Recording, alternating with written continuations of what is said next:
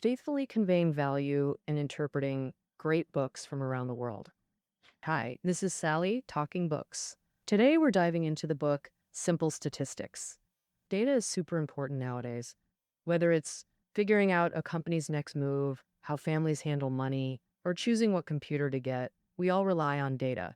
But the scary part is, fools and fraudsters have also picked up using data. How do we know if the data is correct or wrong? How can we tell if it's honest or deceptive? To really squeeze the truth out of data, you need to learn a bit of simple statistics.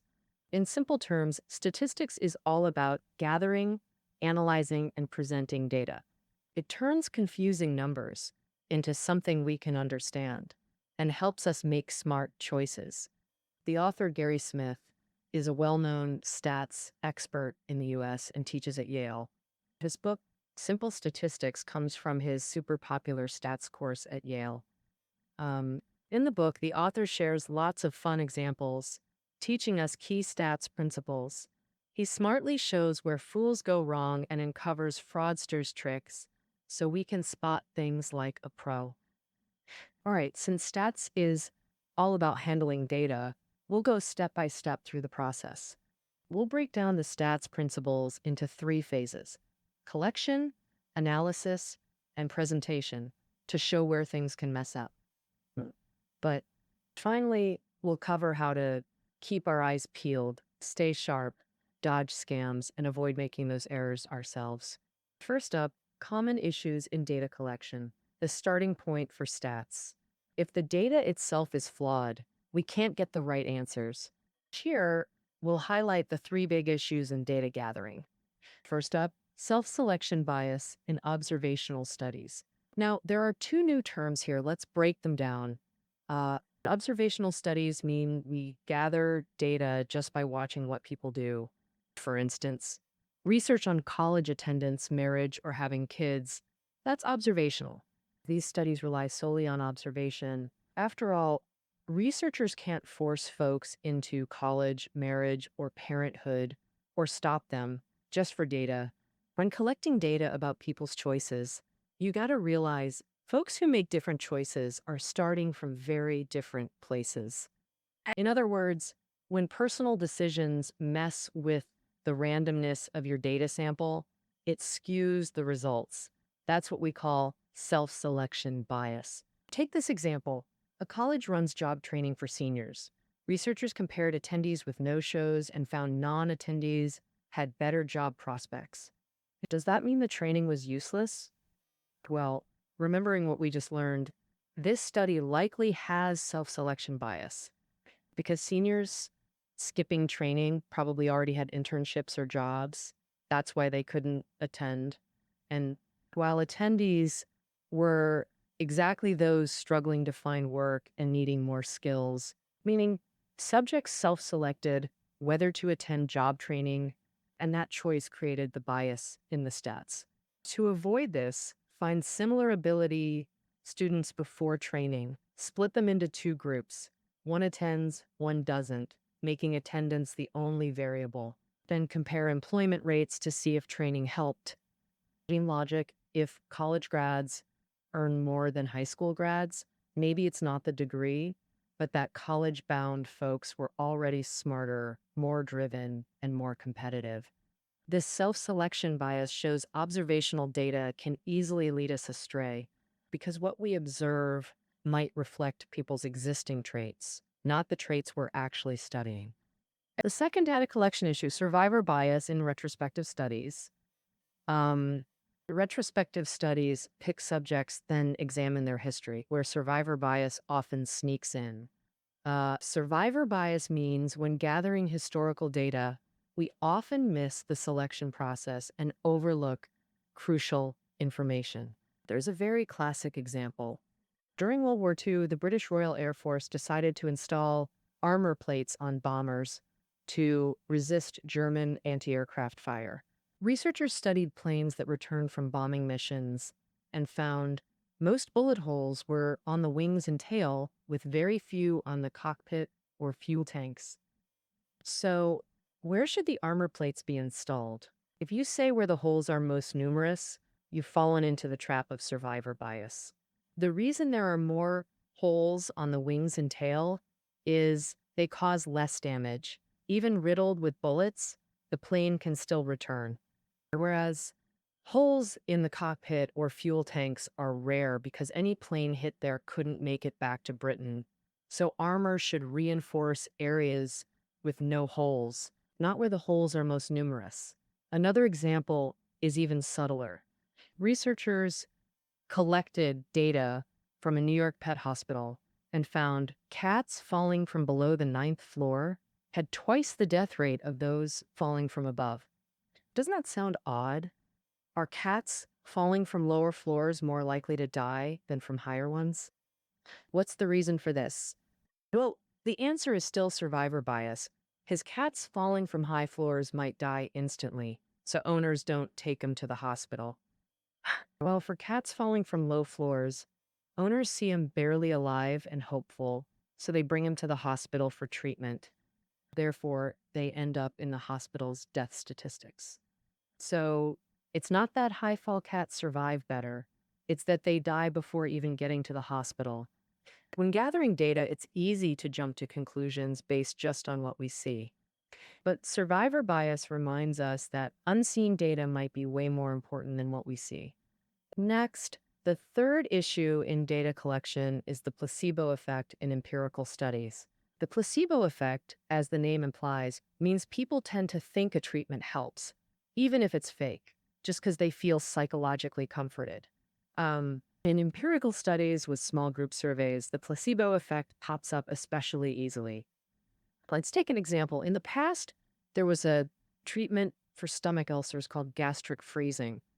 The method involved inserting a balloon into the stomach and injecting cold liquid to numb the area and relieve pain. So, this treatment sounds absurd to us now, but in the 1950s, patients receiving gastric freezing reported significant pain relief. So, does that mean gastric freezing actually worked? Absolutely not. Their perceived improvement was pure psychological comfort. To avoid placebo effects in data collection, don't trust anecdotes. Use controlled experiments with comparison groups. Take a controlled test. Randomly assign ulcer patients to two groups. One gets gastric freezing, cold liquid balloon. The other gets placebo, body temperature, liquid balloon. Indeed, such an experiment showed 34% improvement in freezing patients versus 38% in the control group. Clearly, the freezing treatment was ineffective. People were deceived by the placebo effect. In summary, data collection often suffers from self-selection bias, survivor bias, and placebo effects. Only by avoiding these traps can we collect reliable data. Next comes data analysis. Some might think analysis just means crunching numbers. Why not leave it to computers? But while machines calculate, humans must decide what and why to calculate. We need to assess not just calculation accuracy, but whether calculations make sense. Otherwise, we get nonsense results. Now we enter stage 2, common problems in data analysis. We'll focus on 3 types, starting with misinterpreting the law of large numbers. The law of large numbers states that as sample size increases, observed frequency approaches theoretical probability. For example, infinite flips of a fair coin yield heads or tails probabilities approaching 50%. But lots of folks think that if we flip a coin 10 times, it should land heads 5 times and tails 5 times. That's not right. Because with a small sample, all sorts of extremes can happen, like 10 heads in a row or 10 tails. If you wrongly apply conclusions from big samples to small ones, you're twisting the law of large numbers. This twist shows up in 2 opposite ways. One is the gambler's fallacy.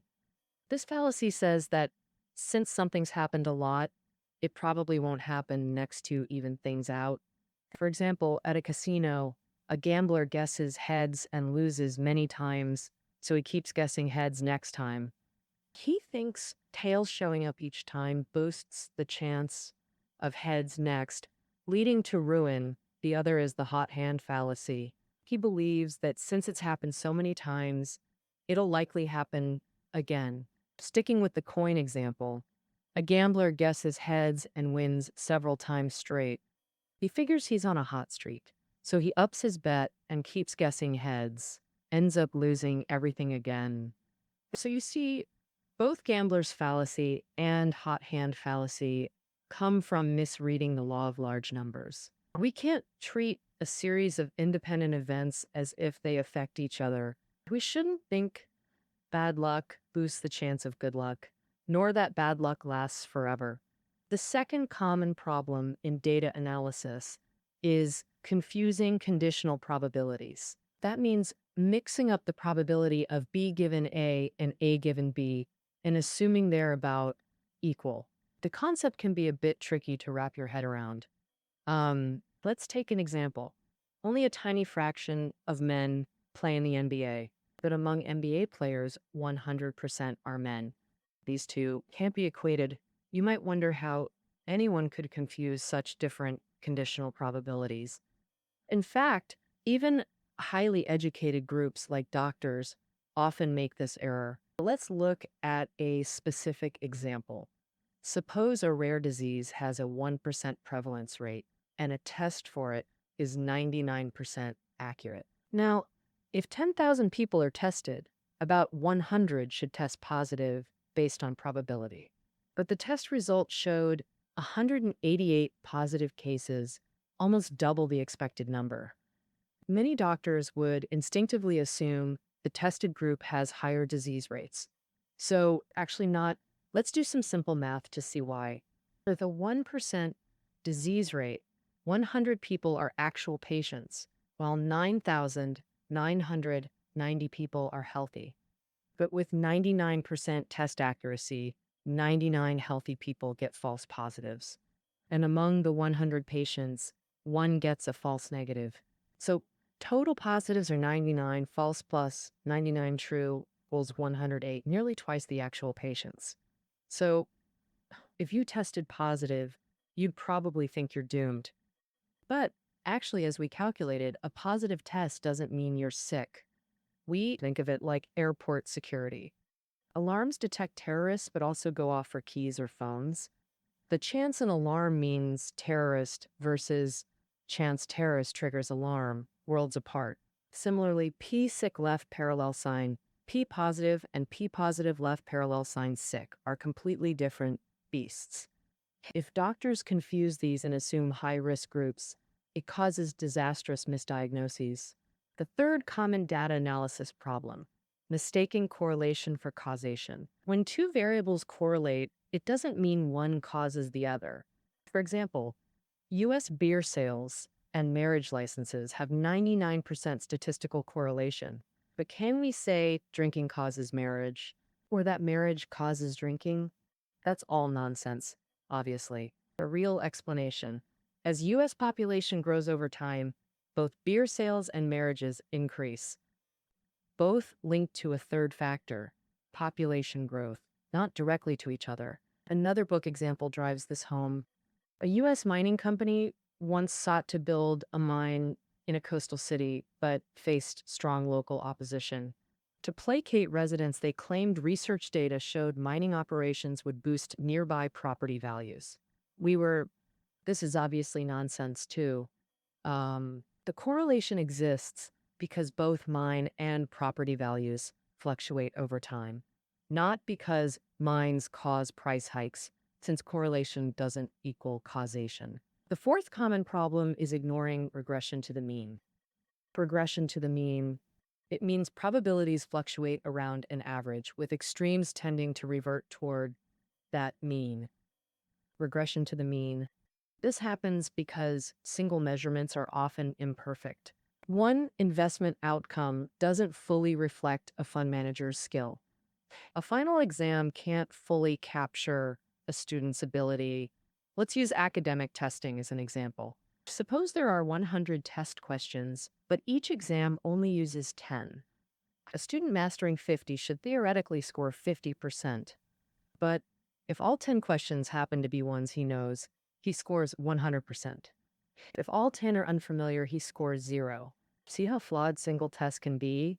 But perfect or zero scores won't persist. If his ability stays constant, knowing 50 questions, repeated testing will reveal his true level. In other words, his performance fluctuates around that 50% mark. That is, his scores show regression to the mean over multiple tests. Though basic statistics, we often ignore regression to the mean and make blind predictions daily. The book illustrates with the Dow Jones Industrial Average, often called the Dow, which includes only America's top 30 companies. So firms periodically enter and exit. In 1999, 4 old companies dropped out while 4 new ones joined. If you had $10,000 to invest, would you buy stocks of the dropped companies or the newly added ones? You might think it's the new company because it's hot right now, but you got to consider regression to the mean. The delisted companies might not be that bad. They're like top students who flunked a test. Their stock prices will gradually rise back to average. Mm, mm, mm, mm. And the newly listed companies might not be as awesome as they seem.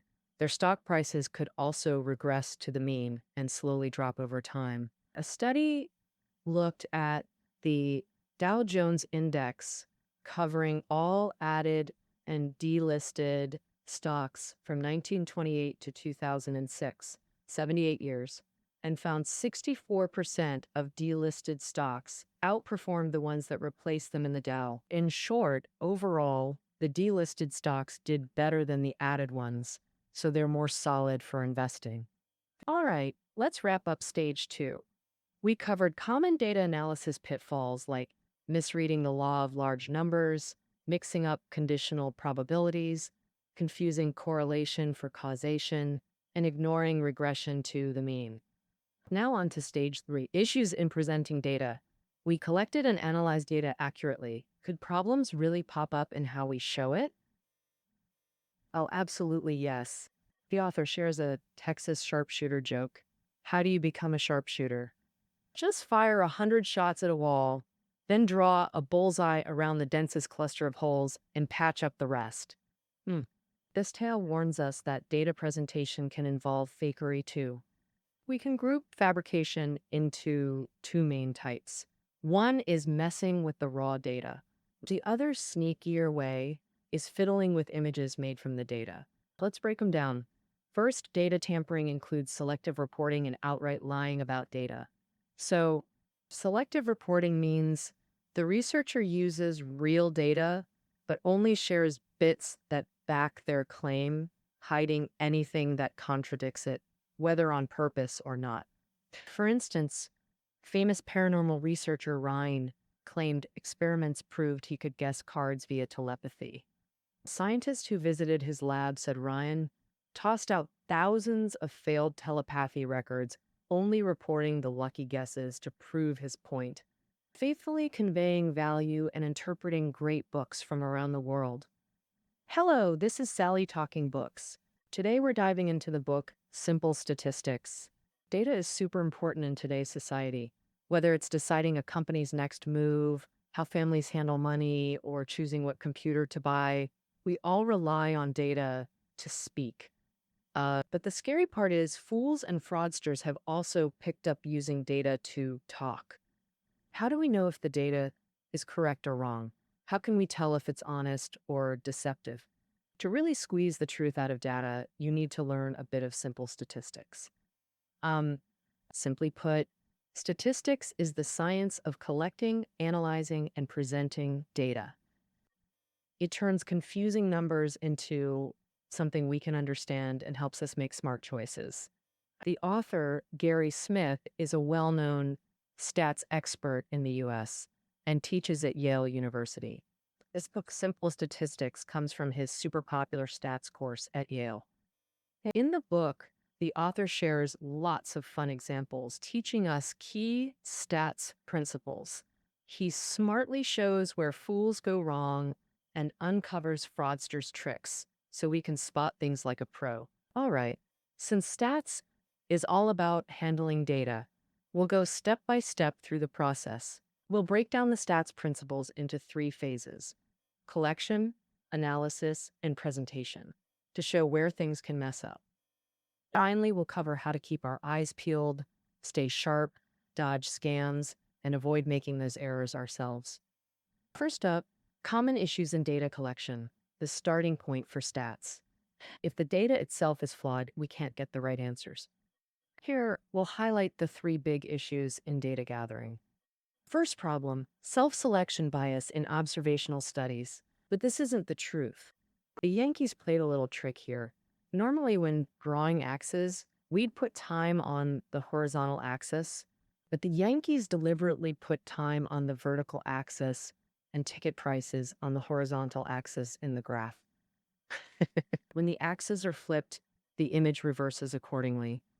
What was originally a graph showing accelerating price increases now appears as if the growth is slowing down. Also, stock analysts often point to charts when recommending stocks, saying, "This stock has surged recently," which can lure inexperienced investors into buying in. In fact, a few days of ups and downs mean little. We shouldn't just focus on short-term gains. We should find the baseline to see if it's a real rise or just a small pullback in a downtrend. With that said, we've pretty much covered the main content of the book Simple Statistics. We've discussed 9 common problems in data collection, analysis, and presentation. Finally, let's talk about how to prevent others from deceiving us with data. And how do we avoid deceiving ourselves with data? To avoid common mistakes, first, we need to recognize them at each stage of data statistics. Second, we should maintain an open mind. Anyone can make mistakes. Whether they're a fraud or a scientific giant, we must stick to facts. Additionally, we should use common sense to analyze problems and not easily believe theories lacking data. If a theory seems unrealistic, like claiming wearing red socks reduces bad luck in your birth year, we should ask for the data behind it. Finally, even if ridiculous theories have data backing them, you must know data can be easily obtained and faked. Data without theory is equally untrustworthy. The best way is to test the theory with new data. Usually you'll find fatal flaws. All right, that's the interpretation of the book Simple Statistics. I hope today's explanation helps you understand simple and useful statistical principles to uncover truth from data. The reading notes are below the audio. See you tomorrow.